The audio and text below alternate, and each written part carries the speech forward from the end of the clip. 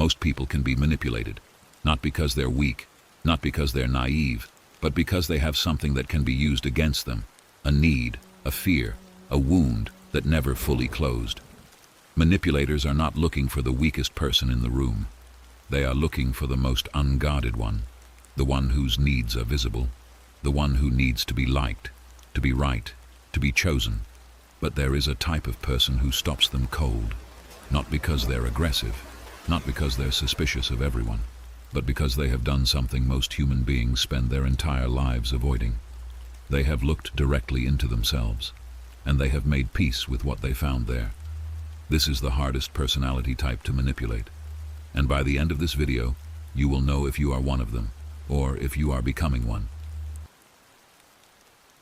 To understand why this personality is so difficult to manipulate, you first need to understand why manipulation works on everyone else. Manipulation is not magic.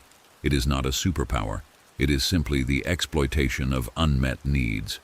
Robert Greene, in his study of power and human behavior, put it plainly: the most important thing in the world is to know yourself, because those who know themselves cannot be deceived about what they want. Every manipulation technique, everyone, relies on the same entry points: the need for approval, the fear of rejection, the hunger for love, the terror of being alone, the ego that cannot tolerate being wrong, the wound that bleeds every time someone gets close to it. A skilled manipulator does not attack you. They find the door you left open and simply walk through it. The person who is hardest to manipulate has done the painful, invisible work of closing those doors from the inside, not by becoming cold, not by becoming untrusting, but by needing less from the outside world, because they have built more on the inside. So who is this person, psychologically? What are the traits that make manipulation slide off them like water off stone? Trait 1. They have done their shadow work. Carl Jung introduced the concept of the shadow. The part of yourself you refuse to see, the anger you deny, the envy you perform as indifference, the fear you dress up as strength. Jung warned, until you make the unconscious conscious, it will direct your life, and you will call it fate. This is the manipulator's greatest tool, your blind spots. The parts of you that you haven't examined are the parts that can be used against you. The person who is hardest to manipulate has sat with their shadow. They know their weaknesses. They know their triggers. They know exactly which buttons exist in them, and that awareness alone makes those buttons almost impossible to press without permission. Trait 2. Their identity is not up for negotiation. Manipulators destabilize. Before they can control you, they need to make you uncertain about your perception, your worth, your version of events. This is why gaslighting works. This is why love bombing works. This is why flattery and sudden coldness are used in sequence, to keep you off balance, to keep you seeking, to keep you needing. But a person with a settled identity cannot be destabilized by someone else's opinion of them. Epictetus, who was born into slavery and achieved a freedom no one could physically grant him, wrote, "No man is free who is not master of himself."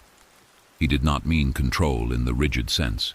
He meant this: when you know who you are, what someone says about you is just noise against a structure that does not move. Compliment them excessively, they receive it quietly without inflating. Criticize them cruelly, they consider it without collapsing. Withdraw attention, they do not chase. Their center of gravity is internal, and you cannot pull someone toward you who is not orbiting anything outside themselves. Trait 3.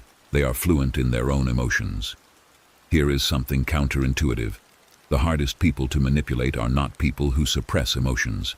They are people who understand them. Emotional intelligence at its highest level is not about being sensitive. It is about knowing what you are feeling, why you are feeling it, and whether that feeling is telling you the truth or reacting to an old story. When a manipulator triggers guilt in them, they ask, is this guilt real or manufactured? When someone creates urgency to force a decision, they feel the pressure, recognize it as pressure, and slow down. When someone makes them feel special, chosen, irreplaceable, they feel the warmth of it and simultaneously ask, what is this warmth trying to get me to do? They are not paranoid. They are awake. But here is what nobody tells you about this personality type. Becoming this person is not comfortable. Nietzsche wrote, "One must have chaos within oneself to give birth to a dancing star." The hardest personality to manipulate was not forged in safety. It was forged in the specific pain of being manipulated and surviving it. Most of these people have a chapter, a relationship that rewired them, a friendship that taught them, slowly and expensively, what betrayal looks like when it wears a warm face. A parent, a partner, a colleague who used their trust as a tool. And in that crucible, something either breaks permanently or it transforms into something that cannot be broken the same way twice. The key word is that way, because this person is not invulnerable. They have simply studied the architecture of their own vulnerability so thoroughly that they can see the approach long before contact is made. They have not eliminated their needs. They have learned which needs are safe to show and which ones to protect, not with walls, with discernment. In everyday life, this person looks different from what you might expect. They are not cold.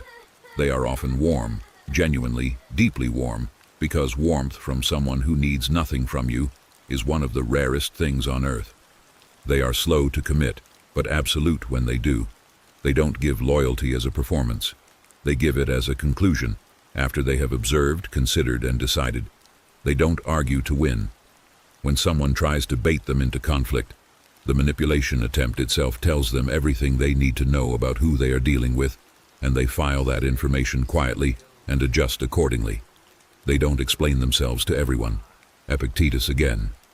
If anyone tells you that a certain person speaks ill of you, do not make excuses about what is said of you, but answer, "He was ignorant of my other faults, else he would not have mentioned only these." That is not arrogance. That is a person so secure in their own self-knowledge that external judgment has lost its leverage. And perhaps most tellingly, they are the people who, when you try to make them feel small, do not shrink. They simply look at you, calmly, completely, and you feel, inexplicably, that you have revealed something about yourself, not them. Now the question this entire video has been building toward, is this something you're born with, or something you earn? The answer is unambiguous. You earn it, not through affirmations, not through books alone, not through deciding one morning that you will no longer care what people think. You earn it through the specific unglamorous practice of turning inward, repeatedly, and examining what you find there without flinching. Start with the question Jung said almost no one asks themselves honestly, what am I pretending not to feel? Then ask, what do I need from others that I have not learned to give myself? Those two questions, answered honestly over time, will build more internal armor than any strategy, any tactic, any technique you could learn from the outside. Because manipulation has only one real weakness, a person who has nothing to hide from themselves. The manipulator is not looking for a strong person. They are looking for a hungry one. Someone hungry for love, for recognition, for certainty. Someone whose emptiness can be filled, temporarily, strategically, just enough to keep them dependent. The person in this profile stopped being hungry in that way. Not because they have everything, but because they stopped looking for it in places that were never going to give it to them. And in that moment of stopping, they became, quietly and permanently, the hardest person in any room to move. Do you recognize yourself, or do you recognize who you are becoming?